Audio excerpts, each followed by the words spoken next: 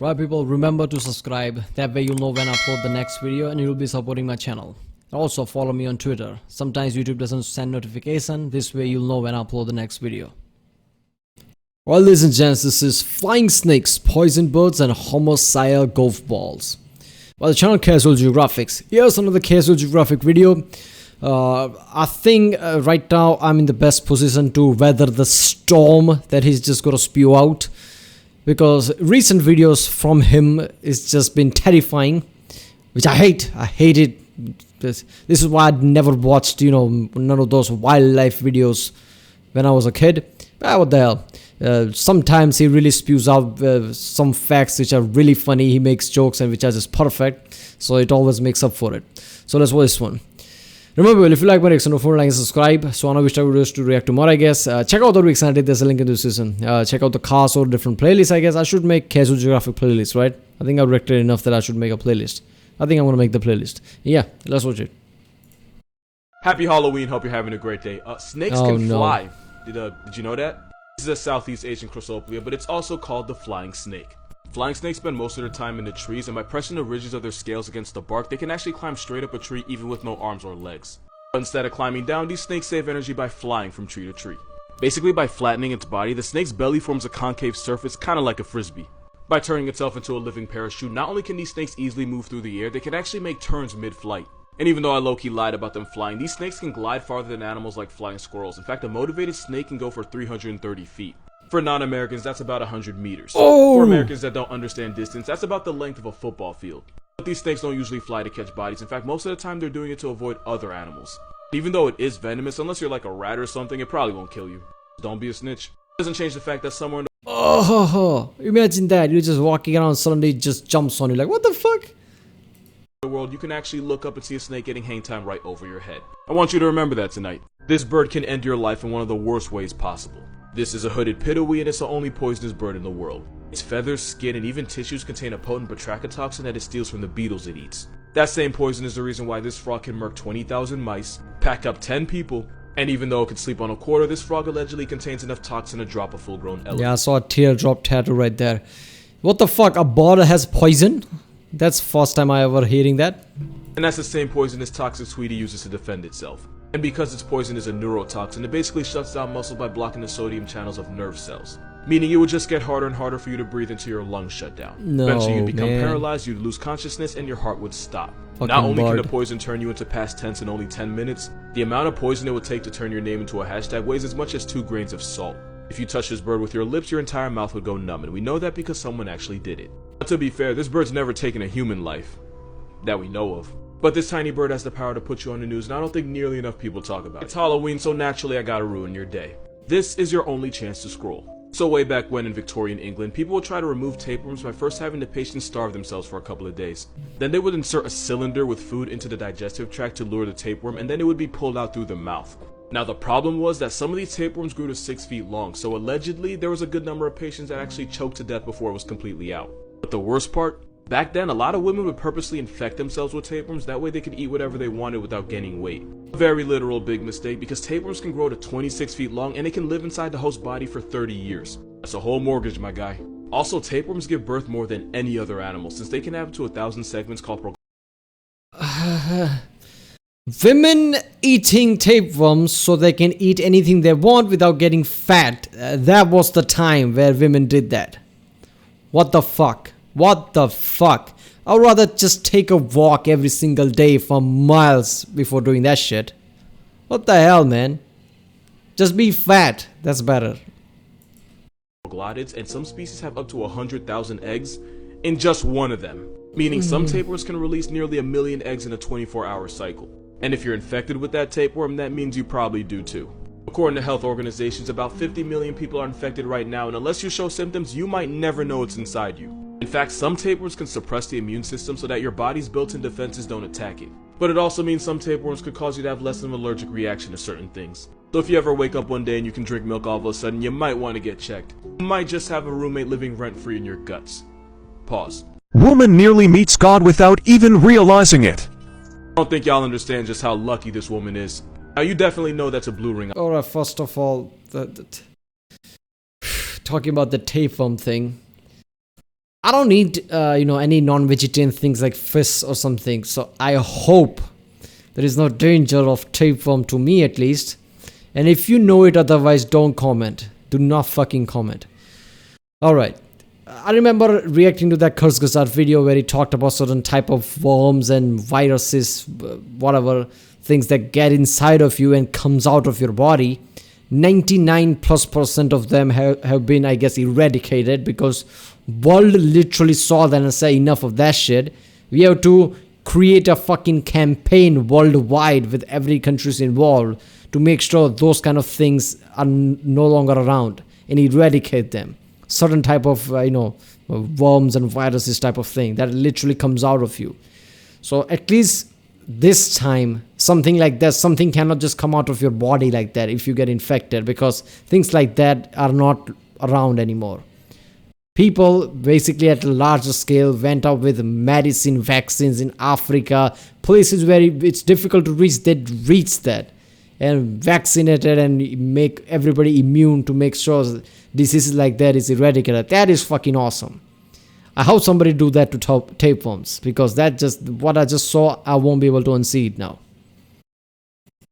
Octopus. I'm sure you know it's one of the most venomous things on the planet. You might even know that one bite from it is toxic enough to put 26 men on milk cartons. There's a special thing about them that somehow makes them even worse. Because it's so small, if this octopus bites you, there's a good chance you're not gonna feel it. It's like a pinprick, and it's why most people don't even realize the countdown's already started. Because you don't feel it, but when this homicidal golf ball bites you, it injects you with a neurotoxin about 10,000 times more powerful than cyanide. And once that venom's in your body, it can shut down muscles, causing difficulty breathing and eventually paralysis. Meaning you would just suffocate to death. Which is why this octopus can kill you in as little as 30 minutes. Just bad enough.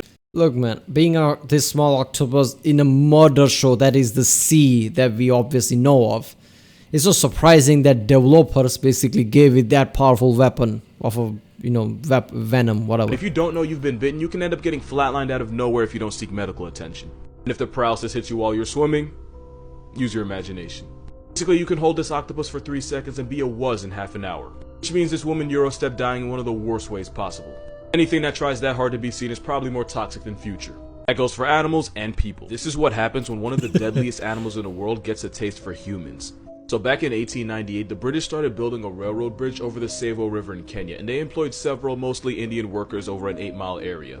But what they didn't realize was they had accidentally wandered right into the territory of one of the top predators on the planet. Because over the next 9 months, 2 maneless male lions would stalk the workers, and when they would return to the campsite after a long day, the lions would sneak in and literally drag the workers out and maul them into a statistic, and eat them. And at first, only 1 lion at a time would enter the campsite. But eventually the 2 male lions started catching bodies together as a team. The crew tried to break this kill streak by putting up a thorn fence. Told them a motivated Simba can jump 11 feet in the air, so the lions easily cleared it. In only 3 months, 29 workers had been put in an ashtray by the hungry lions, to the point where the other workers started to panic and leave the construction site. So the head officials responded by bringing in hunters to evict the lions from the area, and you know where it goes from here. Cowie's looking down at him, he knows how this movie ends. Late one night, the lions allegedly broke into the hunter's cabin where they mauled one hunter, dragged him outside, and that was the night his name got taken off the census. Eventually the 2 lions were shot and put out of commission, and it took 9 rifle shots to drop the second one. Eventually the railroad workers finished the bridge, but it cost over 130 men and 2 lions to do it. And the number of men lost was an estimate, because apparently lions don't leave a lot of their victims behind. And with all the bodies... How the fuck you eat 130 people plus... Wait a second. Alright, how do you eat 130 plus people and then people say, okay, let's bring rifles in and kill those lions? I mean, what the fuck? I understand, it's because they were Indians, right? British brought Indians, who gives a fuck? It could be that reason. But seriously, 130 people died and then they realized, okay, maybe we should bring in rifles to kill them. That's just... Bodies the lions caught. The workers might have built the track, but the lions ran the train. Wait for it. I can explain. What? Once upon a time I downloaded TikTok as a joke, and now I explain stuff like this for a living. Ain't that some shit? So when a lot of baby birds are still in the nest, instead of deucing all over the place, instead they'll dump into a white mucus membrane called a fecal sac. It's basically a built-in diaper for baby birds. And just like in the video, normally as soon as a chick is fed, it'll release a sac for the parent to deal with. Because being a parent literally means dealing with all kinds of shit. If the chick can't produce the sac on its own, then the mother will poke and prod around its cloaca to stimulate it into dropping its pamper pack. And the reason they do this is because 1, keeping all that nastiness in the sack keeps the nest clean, and number 2, the cleaner the nest is, the less likely it is that a predator finds it. Now the reason the mother eats it is because baby birds can't digest food completely, so they end up leaving a lot of nutrients in their poop. Since nature loves to recycle, oftentimes the parent, usually the mother, will eat the sack so the nutrients at least don't go to waste. The more you pay attention, the more you realize birds are just really f***ing weird like that. Yeah, you should have brought that clip during the Mother's Day of the year. Like how many shit literally mothers has to put up with. Normally by the time the chicks are ready to fly, they don't need a fecal sac anymore because their systems can handle all the food they normally eat. If I have to know this, so do you. No, I don't, man. Is that normal? You chose to give me that information. What is that? So sharks have this reboot feature where they go into a trance-like state and can't move at all. It's called tonic immobility and it usually lasts for about 60 seconds, but it can go on for up to 15 minutes when left alone. You can also trigger it yourself by... Yes. Nobody told this guy they could be little as 60 seconds.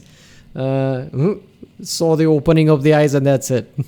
Lasts for about 60 seconds, but it can go on for up to 15 minutes when left alone. You can also trigger it yourself by rubbing a shark's snout near its eyes. And once the shark snaps out of it, it goes back to whatever it was doing like nothing ever happened. We don't know for sure why they do this, but most scientists believe it has something to do with mating. It also could be because sharks use electroreception to figure out where they and other animals around them are. It's like an already installed GPS. So flipping a shark upside down probably just disorients them, and tonic immobility stops them from moving and thrashing around until they can readjust themselves. Or maybe it's because sharks never sleep, right? They do go out of, they do shut off certain senses here and there. But mostly they never sleep, right? I mean, they're almost always awake. They're always moving. Most sharks do at least. They're always moving, never sleeping at that level. So maybe something like this is just brain overloading. Who knows? Also, this can and has been used against them. Once off the coast of California, a female orca held a There great you white go. shark upside down for 15 minutes. Orcas, of Since the course. shark was paralyzed and couldn't escape, it ended up suffocating to death. Which is probably why a waterproof Oreo can legitimately traumatize a shark for an entire year. Yeah. Oh, seriously, sharks will avoid an area for a whole trip around the sun if they run into an orca once out of fear of being factory reset by them. Angry Orcas are literally the humans of the sea. They're that overpowering, right? They use their brain to do really heinous shit here and there. Even the shark's like, okay, I'm stupid, but I'm not touching that. cougar follows man for nearly 6 minutes. I've seen this one. So this hiker actually did the Alright, I don't know which video was that. I guess one of those video about, people made mistake or whatever meme type of videos. In which I said, just run. Even in that video I said, like, I know there's a thing that you're not supposed to turn your back and run. But what I was referring in that video was that why you in this situation to fucking begin with. That's what I was referring. I get it, all this tactics he's using is the one you should be using so animals still intimidated of you and not trying to hunt you down. I get that. But why are you in that situation to begin with? I don't imagine any scenarios where I'm this close to any predator like that. Never. the right thing and saved his own life. With ambush hunters like wildcats, you never want to turn away from them because then you might activate the predator response and then they'll just hit you from the... They'll attack from behind. You also never want to run because then you'll just trigger them into chasing you. And at up to 45 miles per hour, you're not going to get very far. It's like hitting snooze on death. Also, you never want to crouch down and be in a position lower than the cougar. Mountain lions don't recognize humans standing on 2 feet as prey, but if you squat or bend down, pause, the walking flex could confuse you for a 4-legged prey animal, and if it does, it's credits. In general, you never want to crouch down in mountain lion country, even if you don't think there's one around. Because just because you don't see him, doesn't mean he don't see you. So to not get turned into a story on CNN, you want to stand tall and speaking a loud, firm voice. It really doesn't matter what you say. Cougars don't understand English, but they do understand volume, and if you speak loud enough, you can actually intimidate them. And like the man in the video, you're going to want to do this while backing away slowly. You don't want to turn your back, and you don't want to go too fast, because if you trip and fall and get turned into a hashtag, you're going to feel really stupid in the afterlife. Also, cougars are actually afraid of people and normally won't attack you unless they feel cornered. In fact, the cougar in this video doesn't want to attack the hiker, and if I had to guess, the hiker accidentally got too close to the cougar's cubs. Cougars will hide their cubs in brush and bushes, so it's basically the mother's way of escorting you out. And if a cougar does charge, 90% of the time it's just a bluff to intimidate you. 10% say goodbye. But you can respond by throwing rocks and sticks, not at the cougar, but at the ground in front of it as a warning shot. That's how you survive a cougar. Or at least the cat. Not at the cougar, because let's be honest, regardless of what, then it's about the pride and honor. The cougar will fuck you up if you throw stones directly at its face. If a cougar presses you here, I got no tips for you. Yeah, Applebee's. Man, the start of this video was horrendous. I hated it. I hated every part of it. As soon as it said this is about Halloween, I'm like, fuck that. This is gonna be bad. But yep, there you go. Alright people, that was Flying Snakes, Poison Birds and Homicidal Golf Ball by the channel Casual Geographics. If you like my reaction, don't forget to like, subscribe, check out the reaction. There's the link in the description, check out the cards, or place the link cards. And yeah, I'll see you next time.